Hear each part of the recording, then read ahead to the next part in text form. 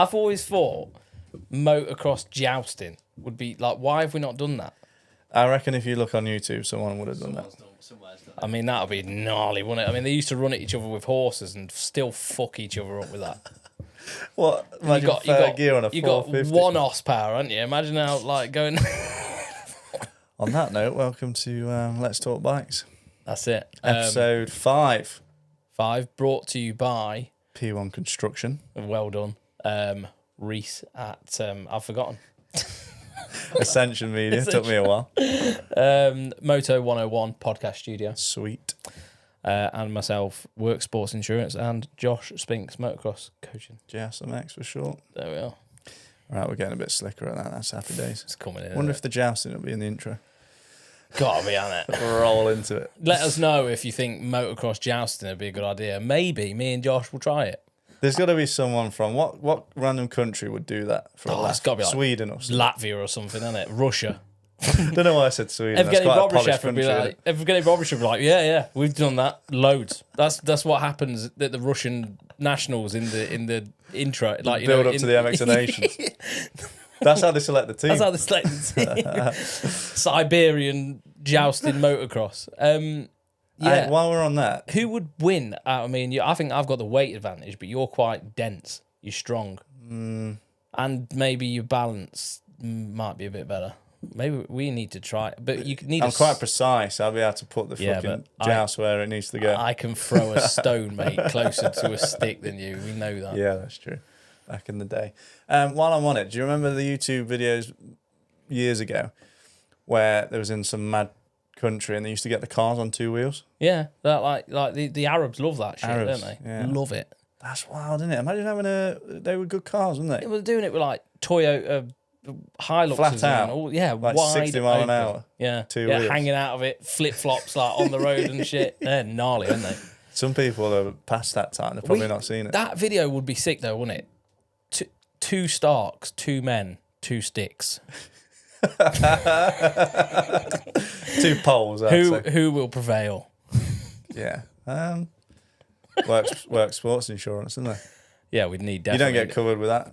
You can't be doing that. Imagine going in ringing them up. Would it be all right if we jousted each other? Is jousting an exclusion on the?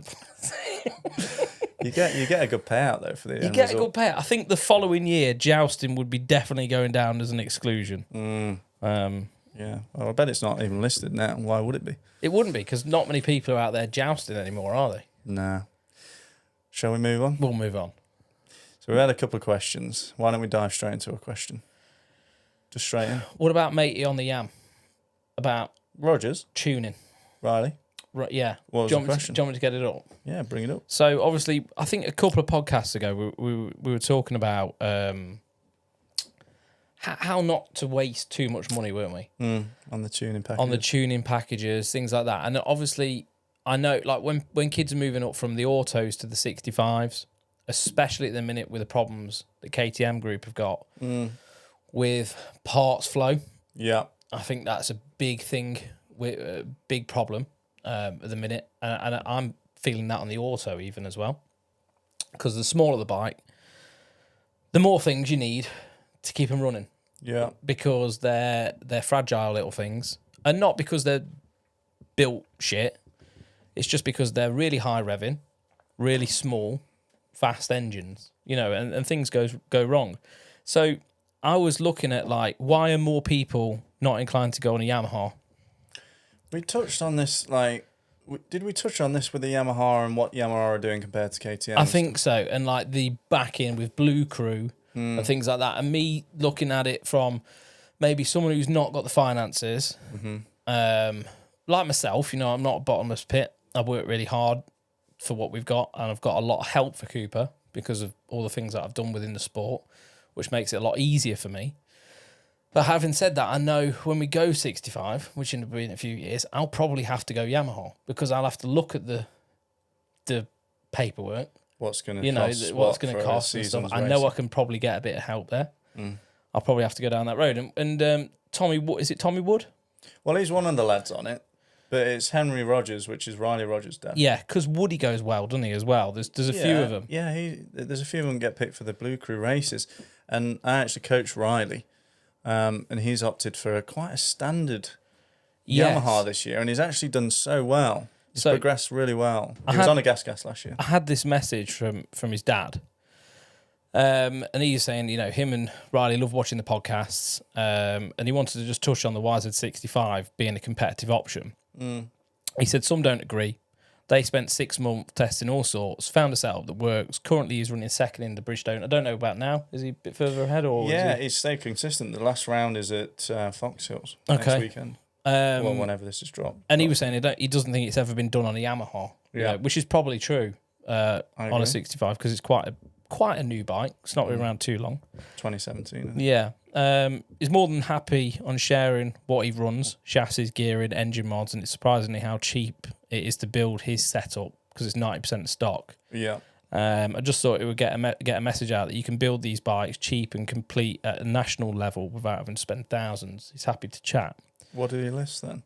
He didn't list it, but maybe we could. Prepared to do that. He's prepared to do it, or anybody who wants to know. The reason I love that, it's a great family, by the way, and Riley's is a sender. Like, he gives it 100%.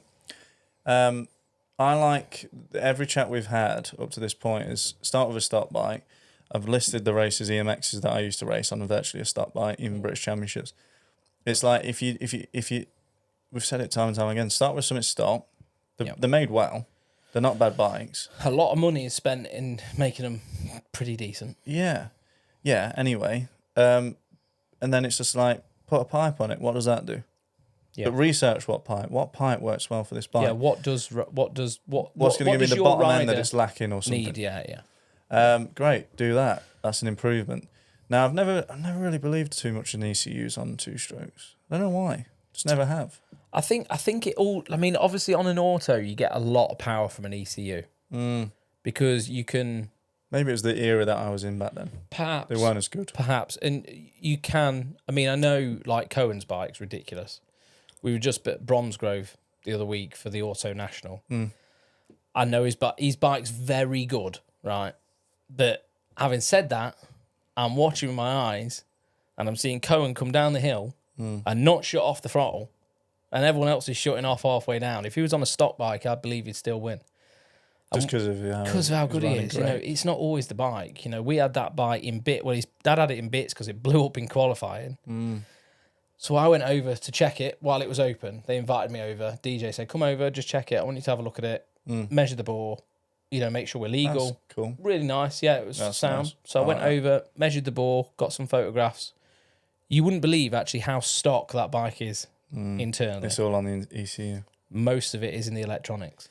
Well, that's just technology now, isn't it? Yeah. The only when I looked at the cylinder, really the only thing that was different is, and I'm sure he won't mind me talking about it now. It's all said and done. Yeah. The only thing that was different was the boost ports were slightly bigger. I think that's what Toronto must do to that, and the exhaust port was slightly modified, but intake ports all stock. Like castings were all stock. It was nothing. You didn't look at it and think, "Wow," it was just a well built engine. I wonder how many tuners are tampering with things for the sake of it. A lot. Yeah, I know. But then that's when you make things worse. Well, I talked to Mike about material this, away. At VRD, and he was saying a lot of the time tuners are under pressure because he'll show someone a barrel that is ported. If he was to show it you. Yeah, you'd look at it and go, "Where's my money gone? What have you done?" Yeah, like where's my money gone? Because really, he's only reshaped the intake port. He might have moved the bridge slightly. You're just creating efficiency. Yeah, is that the best way to say? Yeah. If you're tuning an engine, you're making it more efficient. More efficient. You're aligning your port timing needs to be perfect. Where the piston ends and that. You want that to be perfectly in line. Things like that. Now, what a lot of tuners will do is take a Dremel to the intake ports, back in the day, you used to look at a cylinder, it was all sharpened up on the intake ports and things like that. And that's really just so you look at it and going, whoa, look at that. But it makes it worse. Yeah. Is that when you move it to the top end? Yeah. So intake ports, when you look at a barrel, you got to look at it like it's an aeroplane wing. So that's where your airflow is going into the barrel. Yeah. I'm not the best I don't know enough. I'm learning. I don't know much. I know a bit. So that's where the air's coming into the barrel. If you look at an aeroplane wing, the front of the wing, is it sharp? It's not, is it? It's curved. I've never looked. They're curved. And they're sharp, well, it's not. and they're sharp on the rear. Okay. So where the wind hits, where the air hits, you want it to be rounded. Okay. So it reduces turbulence. Yeah. And you want the air to speed up as it goes through the port. So the back side of the port should be sharper. Okay. Yeah, that's basically. So if someone's touched your intake ports, they don't know what they're doing. Fair. Basically. I've said it. There you go. Or they're just trying to prove that they've done something. Yeah. You know? Yeah. Mate, less is more on so many occasions. And engines are so good now. You know what? There's another question here. We're at peak engineering, aren't we, now? Yeah. The combustion engine can't really get that much better. No. Well, this is the way I look at it, and in very, very simple terms, because I know, as you know, I know nothing. I don't even know about aeroplane wings and shapes and stuff. But it's like each manufacturer is improving each year. Yeah. It has to. Not always. Sometimes they take a backward step, mainly with chassis-related stuff. But Suzuki, they're creating more power. There's no question they're creating more power. So essentially, what are they doing then? So from 5 to 10 years ago, are they like a good tuner back then? They're just doing that standard now. Yeah, it's refining everything. Isn't it? Yeah. So what is quite interesting? But I think the material science has probably come on a long way as well, which would mean that like tolerances and stuff. Yeah, well, you're able to retain your reliability at that horsepower. Like, because Honda, for example, won't give you a 70 horsepower bike if they know it's not going to last 70 hours. Yeah. You know what I mean? Like, because... What I'm saying is, though, I think there's truth in, like, say, 10 years ago, a good tuner could find a lot more power. A lot, yeah. Where now... Even a good tuner are going to find still a lot noticeable, but it's the window's less because the standard bike's already better. Yeah, it's already good. I'd say so. But it kind of falls into that thing of less is more and just build on what you've got. I think a good tuner as well will not always chase dyno figures. A lot of it's about rideability as well. You know, like the problem is to sell a product, and they're cut between a rock and a hard place, aren't they? Because like, obviously, I mentioned Mike because I get on with him. And like for him to sell a product, he kind of has to go, oh, look, this is what it does with the numbers. In reality, that might not be good for you. He needs to sell what he's doing. Like, yeah, you've got to, the simplest way I think you could look at it is when you're doing a race on X amount of tracks, what part of the rev range are you in the most? Yeah. Do you know what I mean? So... If you're a grunty rider, you don't like to rev it hard, then why would you want a bike with the power up the top? Yeah. What's going to get you out the start? Torque. Torque. Yeah. What's going to drag you out of all the corners? I'll go on to that, actually. So a lot of people on autos, I'm sure a lot of parents watching this have kids on autos. A lot of them use these triple grip and quad grip clutches. It's all the rage because apparently... it rolls into the corner faster, right? I didn't even know quad grip was a thing. It's a new thing. Is it going to be an octo grip octo grip, yeah. And a sixth grip. But apparently they have less drag, which is true when both engines are cold. You know, like, if you push a bike with a quad or a triple, it'll just push, like freewheel. You push Cooper's bike and it feels heavy. Horrible. Yeah. Drag. But when Cooper's bike is warm, that wheel spins exactly the same as someone with the... So when the gauge drops, it doesn't matter? It doesn't matter. Honestly, mate, I think, personally, a lot of it's bullshit. And Cooper outstarts all of these guys with these triple grips and stuff all the time because I'm convinced that the stock clutch system works so much better off the... It engages. It's been designed way more aggressive. KTM, it's just way more aggressive. I think the triple grip and stuff might make the bike feel a little bit more compliant. But, I mean, are you just making it easier for them? But I've noticed out the gate, Cooper's bike bites twice as hard. And I was speaking to DJ Cohen's dad, and I believe they went back to stock clutch later on, like in the... It's exactly the chat we've had before. We always come back to it. But if you got budget, put it into new clutches. Yeah. You drive. starts, 100%. everything's there. As soon as your clutch is half worn, Yeah. you're going to struggle. I change Coopers every 20 hours. When I do a piston, I do a clutch. I know it's expensive.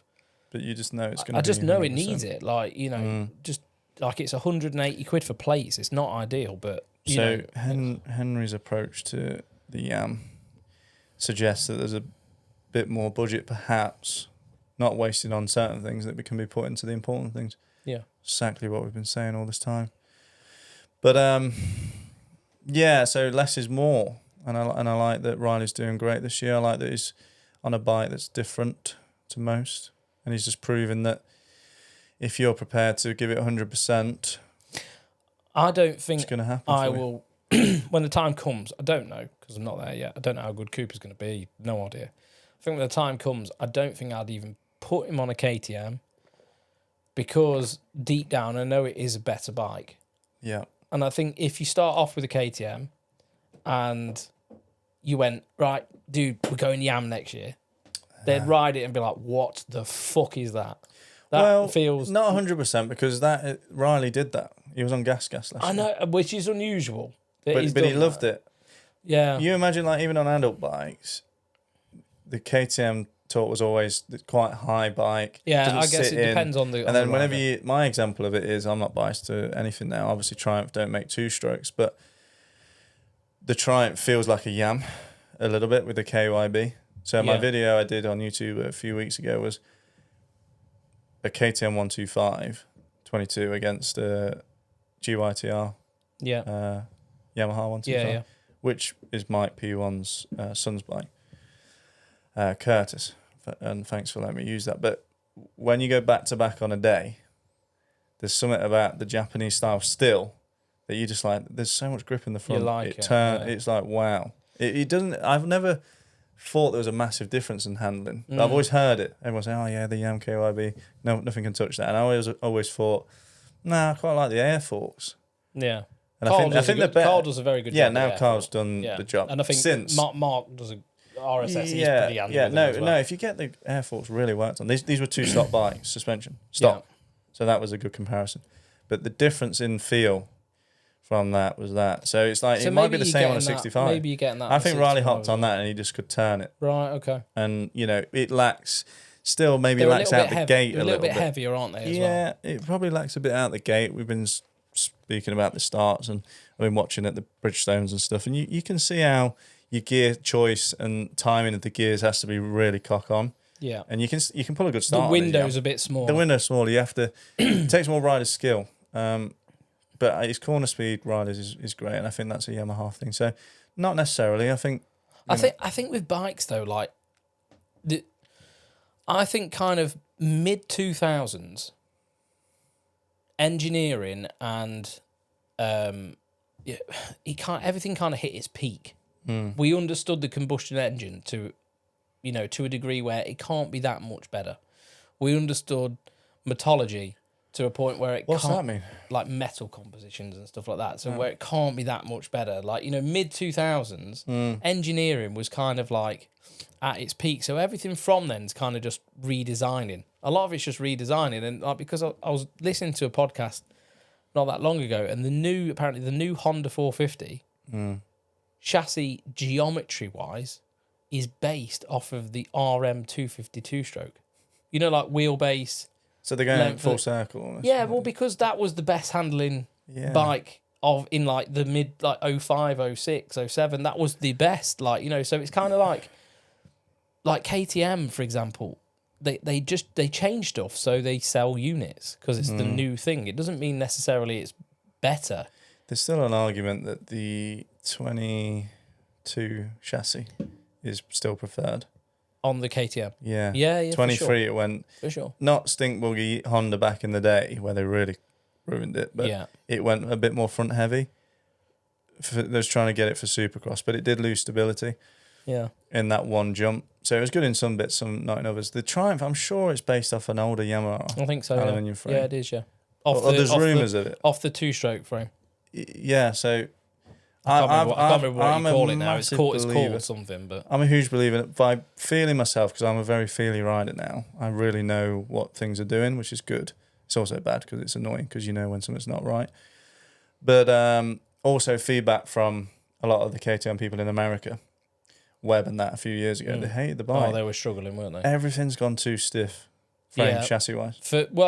And the big problem with that is that the production rule in America, as much as it is a good thing, so the production rule in America is a good thing in a lot of ways, because it means that technically everybody on that gate has the opportunity to have what everyone's running. You know, but everything on Chase Sexton's bike, it has to be available to the public. You have to be able to buy it. Whether that's the case or not, it's arguable, isn't it? You know, like there's some things maybe not. But now that production rule, the only problem with that is the manufacturers want to win Supercross championships, because that's the most important thing to win, right? Yeah, so their production bikes are based around how good it's going to go around a Supercross track. Yeah, because they need like, and then that means that the amateur consumer it's not the best thing for them.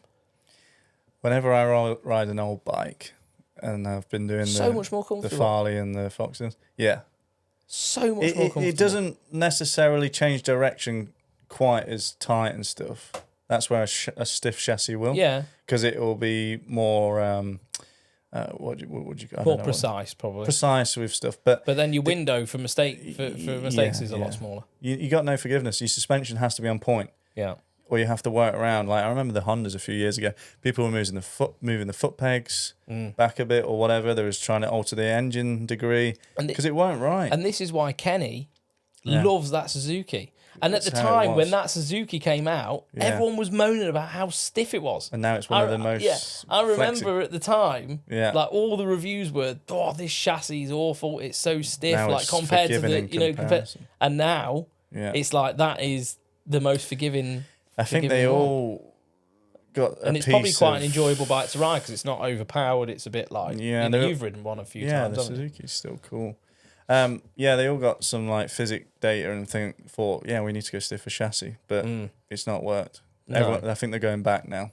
I'm sure Honda have made an adjustment. They have, but it will be a slow back. Yeah. Especially with the Japanese. It has to go different them directions. about 2 years to change a bolt. It does, yeah. You've heard those on the podcasts and stuff. Yeah.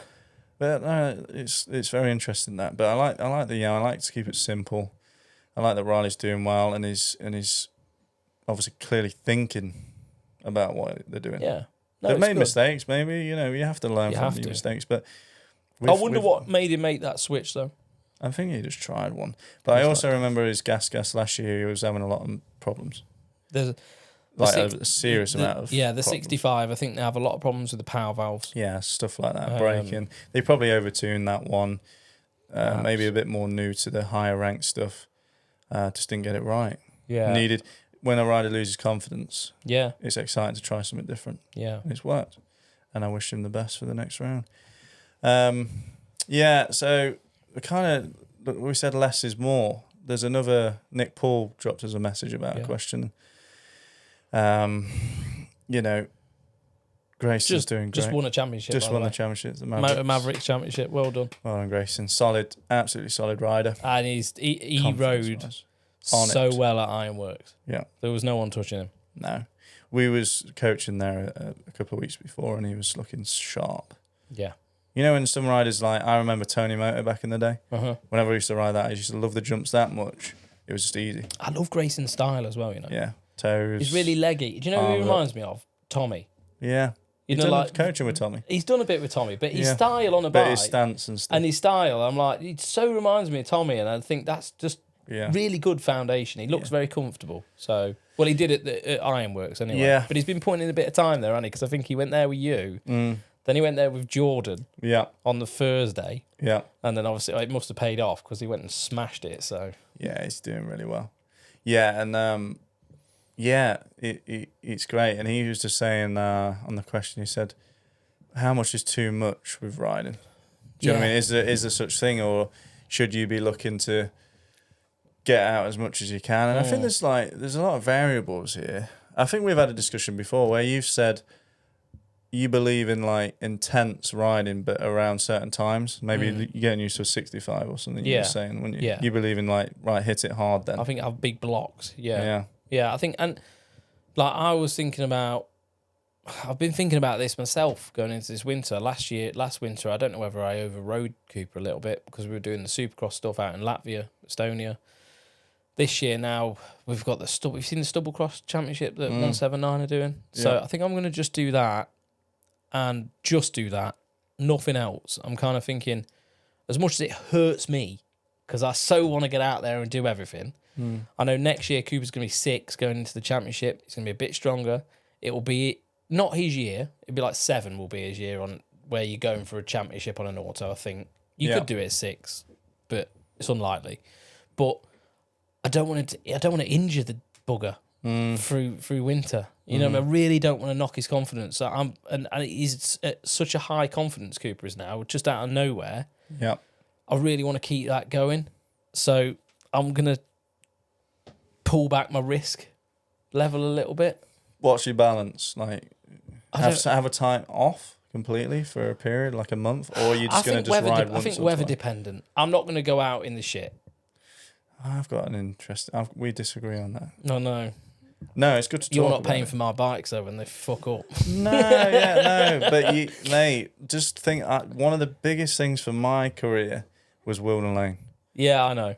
But the track Wilden Lane. Yeah, I know. Yeah. You used to race there a bit and stuff. I did as well, mate. It was a place to be, wasn't it? Rain, sun, sleet, ice. Wilden's on it.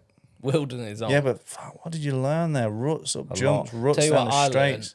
I learned sometimes Tom digs a hole at the side of the track to drain water off, and then the hole fills up with water, and there's not track underneath the water, and there's holes still. Cartwheel. Oh my God. Wide open. I mean, unfortunately, Tom doesn't talk to me anymore because I set Mavericks up. One of them, isn't it? Yeah, one of them. But I'll take it off to him. I had a fantastic time. I used to be so excited when I was a kid, going to go race Wilden Lane. Like, it was like I know you used to watch you and Josh Wortman trying to murder each other. It was Connor Wakely. And I've got some funny stories. Like, that was a defining moment in my winter career, and back in my career and stuff.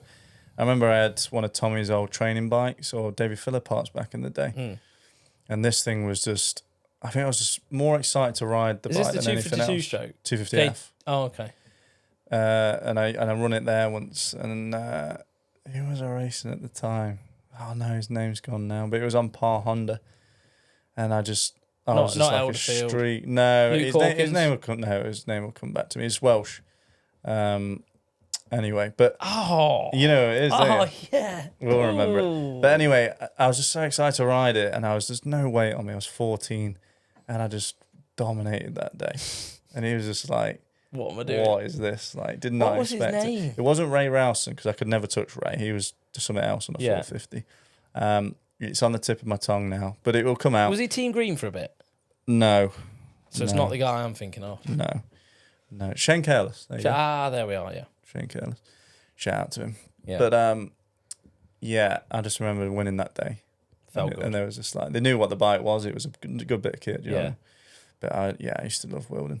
We had a Doberman, quite a young Doberman. I don't remember. You used to go when I'm for qualified practice. You used to go down. Sometimes you do a full 180 and do that like enduro turn left, and then you used to go like a massive bowl. Yeah. And our Doberman jumped off the freaking thing. Don't it just like chased something and just jumped it? Yeah, bottomed out. It was fine. Didn't break anything. It. No, it's massively sumped it, but from height. Do you know what I mean?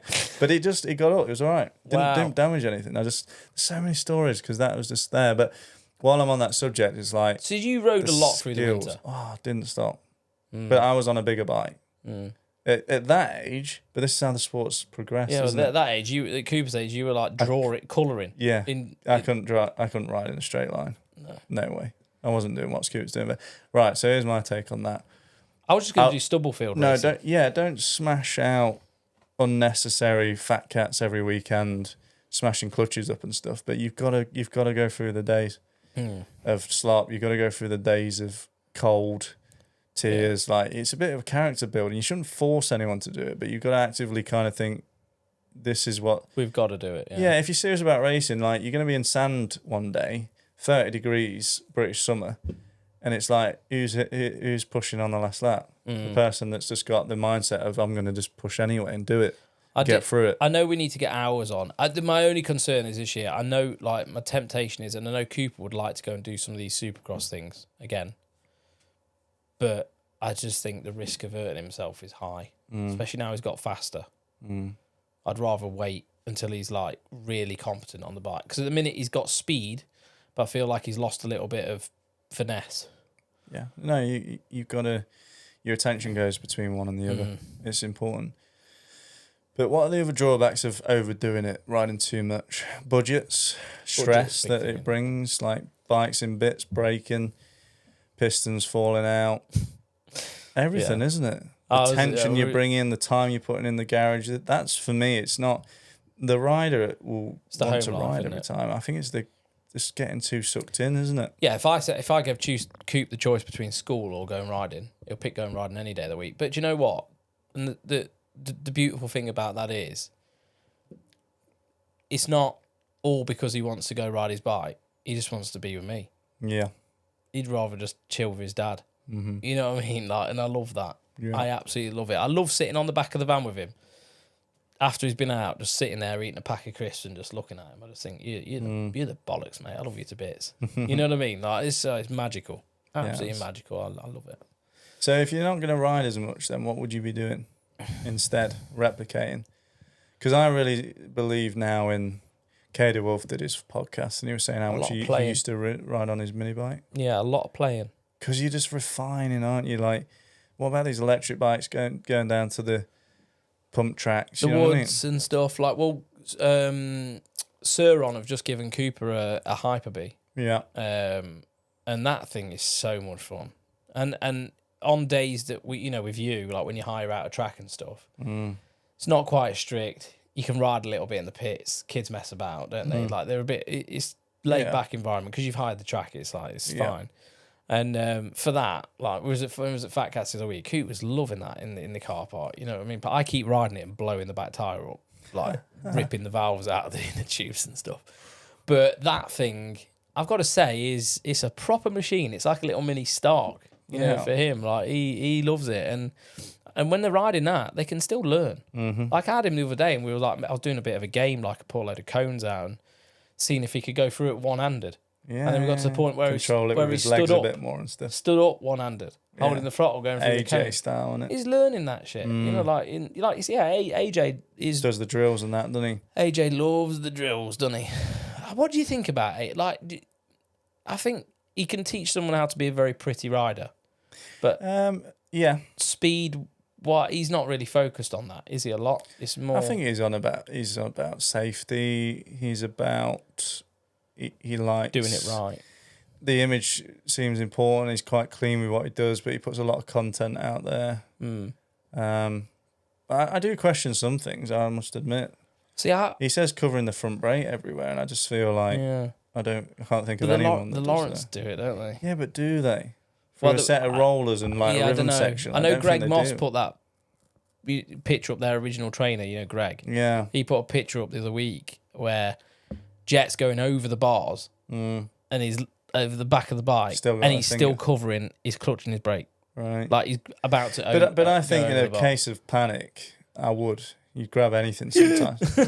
I just don't think for a set of whoops I don't think you'll see him cover the front brake for a set of whoops or rollers or anything. I could be wrong.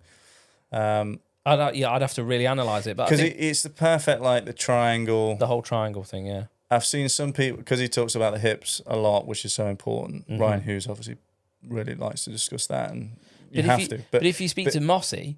Yeah, he's like, oh, it's fucking bollocks. Like, I mean, yeah, technique, it helps and all this, but, like, you know, there's nothing wrong with being a little bit flat-footed. Sometimes you just you speed but what? Yeah, so what you're saying here is, I just think is very, very much about. It almost looks robotic. Everyone would be the same. When you watch AJ ride, it's like watching an AI motocross rider, isn't it? Yeah. So Jet's like that, though, isn't he? Jet, very much. It's so clean. I can understand. It's stuff you can push out a lot on social media, and I think that's important for the growth of the company and the business. I think he's a businessman. Well, he is, yeah. Yeah. So that's fair, isn't it? But what he says is on point a lot of the time, and I'm not sure about the front brake. There's something else that was said. But yeah, at the end of the day, it's a good rider, isn't he? So. Yeah. I just found it interesting because obviously he's built like the Motor Academy up and things like that, and it seems to be quite successful. But when you see people doing it, it seems to be more the middle-aged sea rider. Yeah. So that's this has sprung to mind. Ride nicely. Landing front wheel heavy. Yes. It helps. Yeah. Like, but in certain situations. So when you're really comfortable, if you're gonna land, it can't be on like a really big case, but like if you're gonna land quite heavy, an old school way of looking at it would be get off the front, but you land with the back and it slaps hard. So it's true what AJ says. If you land front end heavy, the forks take it as long as you've got a good setup, and it just settles the bike a lot more. But because he pushes that quite hard, I can imagine a novice rider looking at it. Oh yeah, coming up, and just trying to land everything front wheel first, because it kind of, you know what I mean. Yeah. You've got to be careful, ain't you? In some situations, like if you're going to case a double, get that fucker up. Yeah, and I've just been a bit like being low down there. Yeah, I just feel like when you put yourself out there, like you've got to be careful. But anyway, he's doing well, and he's a good bloke, so fair play. But what's funny when you're just saying about these Hyper Bs and stuff. I remember when I used to ride, like, alternate things, it was so much BMXing. Yeah. Because my mum used to take me BMXing a lot. And I figured a lot of stuff out on a BMX. I transferred over. Just like being precise, I think. I don't think I could yet with Coop, though. No. Because he's like, I can take him on his BMX, and he's still shit. Yeah, but you learn because he hasn't got like you have to do a lot of time strength, and you've got to do the time. Yeah, I really believe in BMXing, but mini biking was it's the same thing as the electric bikes. But mini biking was such an important thing for me. You loved it, didn't you? Well, we had a bit. Remember when me and you went up? There's a video on YouTube. Me and you went up Hill to that Hole. It was cool. Hill Hole, like frozen ass day, freezing cold, and we were shredding that thing, weren't we? It was sick. I put a YouTube video because we got some clips. I used to make the videos. And stuff, yeah. didn't I? And I put, because mine was done out like a KTM. Wasn't it? I was like KTM 110 on the YouTube, like clickbait. Yeah. KTM 110 test or something. Yeah, it had loads of views. Yeah, tons. Yeah, tons. But anyway, so you had the orange front mud guard. Yeah, it was full on. Yeah. Frame powder coated, everything. But yeah, I used to at the CRF 50. I used to bomb around. We used to have like half an acre, and so funny looking back because I used to be out on that every day from school, just ready to go, put a bit of fuel in it, away you go. And I used to like be in like this old fantasy mindset of like I was in a race. I had the track mapped out. Love it. I had the track mapped out. I'd do my sighting lap. I'd do like a qualifying. I'd be in my own little holding area in the garden. Do you know what I mean? I bet your dad was watching you like, kid's broke. Yeah, they're just being a kid, isn't it? But so fun. In my head, I was like prepping my line, my gate. Do you know what I mean? And on the mini bike, you used to put it in second gear, but you used to hold your foot on the gear selector. Yeah, so it was in neutral. Neutral, yeah. And then let go of your foot, and it'd be gone. And love that. If you imagine that though, if I put like a couple of hours in most days, like K Wolf, you just like you're braking, you're learning skids, you're building your what would you call it? Foundation. Yeah, massive. A lot of foundation. I wasn't thinking about the feet position or anything, but I was getting an idea of lean, grip, both brakes, judging distances. You build a jump with a spade. Yeah, and you got to decide how steep it is. Is he going to kick me? Did you ever stack it? Yeah, I had some. Not massive coming ones. in the house like, oh, Dad, why did you let me do that? Look, I remember one of my mates called Marcus, he come over, and two funny stories from this same era.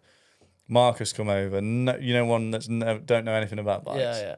We didn't let him on the bike, but we let him on my sister's quad, and I used to be able to get it on two wheels, like as we were talking about, I could do it all like that. But anyway, I said, Marcus, get on that, mate, and didn't give him any instructions, nothing, finger thing. He was wearing a helmet. That was it. Trainers, we used to have. It wasn't really finished. This place. It was a bit of a project. The house, but it ended up burning to the floor. So that's a different story. But it was layered the garden a little bit. So near the house, let's say it was like 2 foot down. Do you know what I mean? And Marcus is approaching this drop. Like, Marcus. And he freaking turns it, but has it on 2 wheels. And goes off the ledge. What? Yeah, just turns it because he's going to go and has it over, do you know what I mean? Off the ledge. So that was the story, man. So funny. Quads are shit, though, because they always run over you. Yeah, that probably landed just... Oh, mate, if you fall off a quad, that shit runs you down. It chases you and fucks you up. And then another story, I won the national around that era. And as a treat, my dad pimped the bike out, put like the BBR stuff on it, big bars, do you know what I mean? Put an 80 kit on it, CR50 to an 80. And then my mate come over, Jack Jones, and he used to race with me years ago. That story I told about winning my first race, he was the only other person in the race, Jack. Come over, hadn't rode for years, built a tabletop. It's quite a decent size. My dad had a digger. You spent ages doing it, right? Yeah, but my dad was building up the bonfire because we used to have a lot of people over and barbecues and stuff. So the bonfire is like full height, higher than this room, and he's just hit this jump, crossed up, through the wood. What? You know the bonfire? Yeah. Not on fire, but all the piled up in pallets and just went bosh. Hurt. Hit it fast. In there, do you know what I mean? So that was a funny story. And another story as well while I'm on it, I've just remembered this randomly. You know, the worst fear when you're playing golf, because he was big enough to hit some balls and stuff. In anger, because I wasn't hitting the ball right, I swung the golf club back straight into my mate's face. No. Yeah. Teeth out. Yeah. Didn't mean to, but he was just right in the wrong place. Can you imagine Clapped it. I bet you felt it through the shaft. It was a big one, yeah. God. I remember being a kid, like, and... I was racing time. All I wanted to do was be on 2 wheels, like, just always out on a mountain bike and stuff, and flipping. We used to set bonfires up at this place called Pit Close, and it was me and Poco. Remember Poco? Like, we always, because he used to come racing with me. My dad actually gave him a bike because he lost his dad at an early age and stuff, and my dad was like, I'll buy you a bike, and he just raced with us. It was good fun. We used to set like fires in this like double and like jumping it. And I just remember one day, like, just casing it, nose bonking the landing. And I'd done a non-hander because I was pretending I'd won a race. I was like I was practicing my non-handers. And I nose bonked it, missed the bars, both my hands in the front wheel. Like, mashed all my hands up. I remember just, like, riding home, non-handed, just like, like, my hands were cut off and shit. You know, when you're a kid, you're just so funny, innit? Yeah. I love it. One time as well, we were having a bit of a barbecue down there in Witch's Cavern, it was called. We used to call it Witch's Cavern. It was a bit of a dark area in the woods. Yeah. And I'd put a flipping can of tuna on the barbecue. Right. We'd ate some stuff. And with the intention of eating it, or? I don't know. I was kind of just experimenting. Like, will it blow up? Will it not? But, like, we kind of put it on there and I forgot about it. So we're all sitting around the fire, we're all chatting, having a little bit of a laugh and stuff, and then this fucking can of tuna exploded, mate. And it was like shrapnel everywhere, like tuna, burning tuna. Wow. I imagine like burning hot, scalding tuna on everyone. It was like an anthrax bomb had just gone off, mate. Everyone was like, like just screaming, like fucking, like we was all burnt to shit, mate. Tuna juice, like oil. You know, they put oil in tuna. It's like, imagine how hot that shit's got before the can exploded. Yeah, it was bad, really bad. Everyone went home with like little spotty, but like next day I had like little blisters all up my arms and my face, and it was not good. On one of these podcasts a couple of episodes ago, did I tell you about the time that I jumped a mountain bike with my eyes closed? No, why? Did I say that, Reece? No. I bet that was fucking awful. Scary. Yeah. Did it just feel like it was falling? Well, yeah. So I was handy on a BMX. I know. And my other mate was all right as well. And we was in his front garden on the asphalt. Do you know what I mean? Not the grass. Yeah. And we set this ramp up, the plastic ramp. I feel like I've told this story. At least my friend Sean as well. I don't think I've heard it. But anyways, yeah. And he just said, "Do you reckon you could jump that with your eyes closed? Like, open your eyes until you get close. Just close it." And I was like, "Is this Sean Cole that told you?" No, this is another mate. Oh. I forget his name now because it was a long time ago. I was like, "Yeah." There was no doubt in my mind. Do you know what I mean? Because I was good at what I did. Obviously. And because I'd done it. Sure enough, got to the ramp. It's a decent sized jump. It's not massive, but it's a decent sized jump. Got up to it, lined up, got to the ramp, just shut them. Next minute, chitting on the floor. open, like flap, you know, like a massive flap, just like. And I've always thought, how did it look from his perspective? Because I was just in tears then. My chin opened up like a flap, mate. Can you imagine the blood? For me, it's just I can just imagine the commitment of it. Just like, I wouldn't have just closed my eyes, you know, when I'd have shut them, you know, like with anger, just like, oh. I mean, but that was it. Black and then pain. That was it. Blackout, pain, tears, eyes were open quick. There's just been blood a point everywhere. where you would have been like, let's go. But you can't. Chin But forward. I was in the air long enough to not tense for the landing because I didn't know where the fucking landing was. So I would have just flopped over, wouldn't I, like a fish. Oh, man. But anyway, chin was off. That is so claret, crime. Lynn's stepmom was called. Hospital, glue, all of it. Never done it again. Wouldn't recommend. So that was a story. The other one is awful. You know them plastic ramps though? They're like really sketchy. Yeah, they are. Sean Cole, mate, he's had some battered jumps on. You know, He's just used to mess himself up.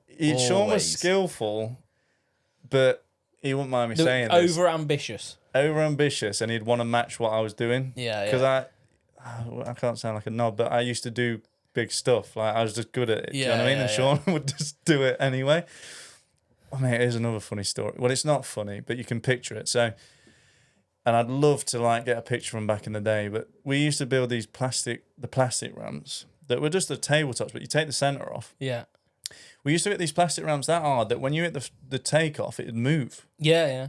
But these gaps were not like, I'm not even exaggerating. These were big gaps to the point where we had to go from where we used to live, a road that had a hill to get enough speed to turn and then just send it. But the precision's mad because I used to like jump this massive gap but actually hit the landing. Yeah, nice. Which was like that. Yeah, tiny. But it wasn't a roller. It was like flat face. Sure enough, Sean didn't quite have the strength in his legs. Went for this massive gap. Even the neighbour was stood out watching us. This is the size of the jump. I'm not exaggerating. I mean, this was big stuff. Neighbour was stood there.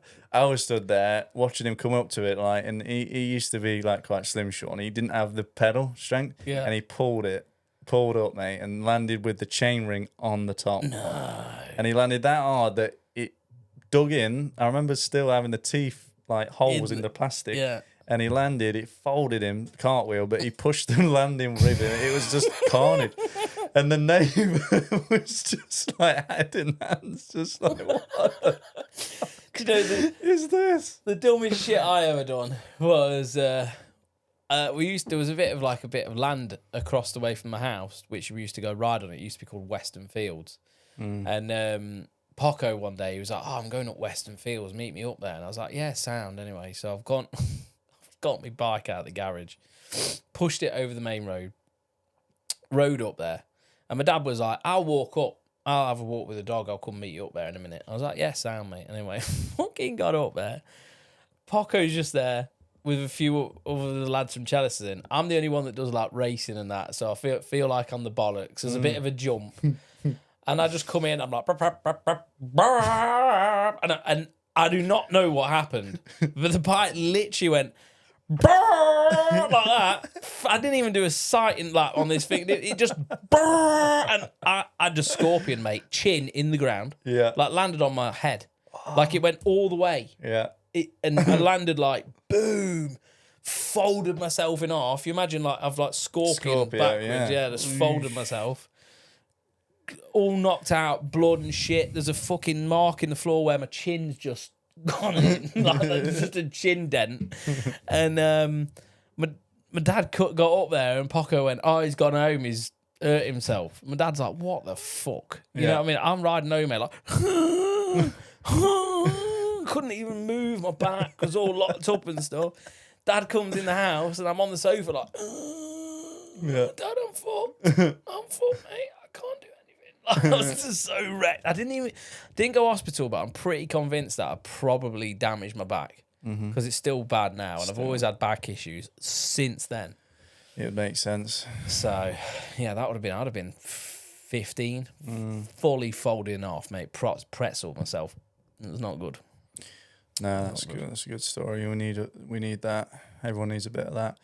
Yeah, but to wrap that question up what's too much? It's just dependent.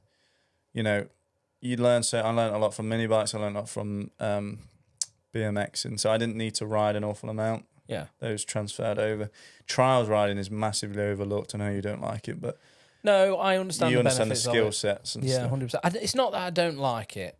I do like just it. find and it I would hard. like. Well, for me, I find it hard, and I I suppress myself from things I enjoy because I know if I enjoy something and get into it, then I've got less to give Cooper. Yeah. And it sounds stupid because I should be enjoying my life, but I'd enjoy to see him succeed more than I feel like if I give myself something that's like personal gratification, like getting into trials, I'm sure I'd probably love it if I got into it. But it's budget that could be put elsewhere. And time, and I've got plenty of time later when he's done with his shit and wasting all my money and wants to go off partying and taking girls home. Then I'll go back to playing. Yeah, fair enough, mate. Yeah. So that hopefully that answers that one. But you know, we're at the point now, I think, where a few more questions sent our way before the next one would be good. Get your questions I'd like in. to touch on sponsorship. I think people could benefit and learn a lot from that. Yeah. Just with approaches, because we've both looked after people in the industry to have good long-term sponsors, haven't we? And what I mean by look after is it's a two-way street. I think people get confused with that. It'd be good to touch on that more, not now. Yeah, I don't think now, but I think we could start with that next time. I think, let's look at ways that you can offer value for money. Has to be. It has to. If I'm a business and I want to sponsor. What's the value for money? What am I getting back from it? Because just going, oh mate, you're going to lose a bit of VAT on this bike if you help me do it. It's not good enough for people. They want value for money. For some, it is. Well, it is. For some, they don't expect much back, but it's also Industry sponsors. You need to give back. Yeah, industry sponsors. You know, people like Dylan. Pico and RFX and stuff. They want to see you being active on social media. They want to see you putting yourself out there. They want to see you going to like vets, Motocross Nations and Farley Castle and everything you've done. And we can touch on that in the next episode as well. But yeah, let's start thinking a little bit outside the box. Give us some ideas as well. If you've got any ideas, anything that's worked for you, perhaps. I don't want to burn through these funny stories too hot. I think the past couple of episodes. There's always something that will come to surface, but that was just funny. That thinking about that, hilarious. Yeah, shall we wrap that up? I think we'll wrap it up. So yeah, what was this one? Episode 5. Thanks very much to P1 Construction, Mike and Curtis, great group of lads. They was actually with me at Farley Castle. Yeah, I saw. And they helped me there with riding Tommy's bike. Oh, no. Put it P1 qualifying, figured out how to qualify. But just, those guys, honestly, they're just, we was talking about sponsorship and stuff like that just there. We'll get onto that. But big credit to them guys making this happen. Yeah, well, it helps you out Unbelievable a lot, people. doesn't it? Yeah. And Reese at Central Media. Absolutely, yeah. Works Sports Insurance. JSMX Coaching. JSMX Coaching. If anyone wants a good coach, I can vouch for him. He is good. Yeah, I try my best. But yeah, Ryan letting us in this week. It's getting a bit more comfortable. It's cooling off a bit, isn't It's still hot now. I'm so sweaty. Like, I was looking at the time and getting conscious. I was thinking, I was joking. It is actually hot today. I'm going to die. I am going to die, but we'll be okay. It's hot today. I think in weeks to come, it's going to be more manageable. I can't wait to open that door. Happy days. Right, we're blabbering off now. So thanks to everyone, and we'll see you for episode 6. Get in touch. Give us some questions. That'd be awesome. Yeah. Like and subscribe. See you in a bit. Nice one.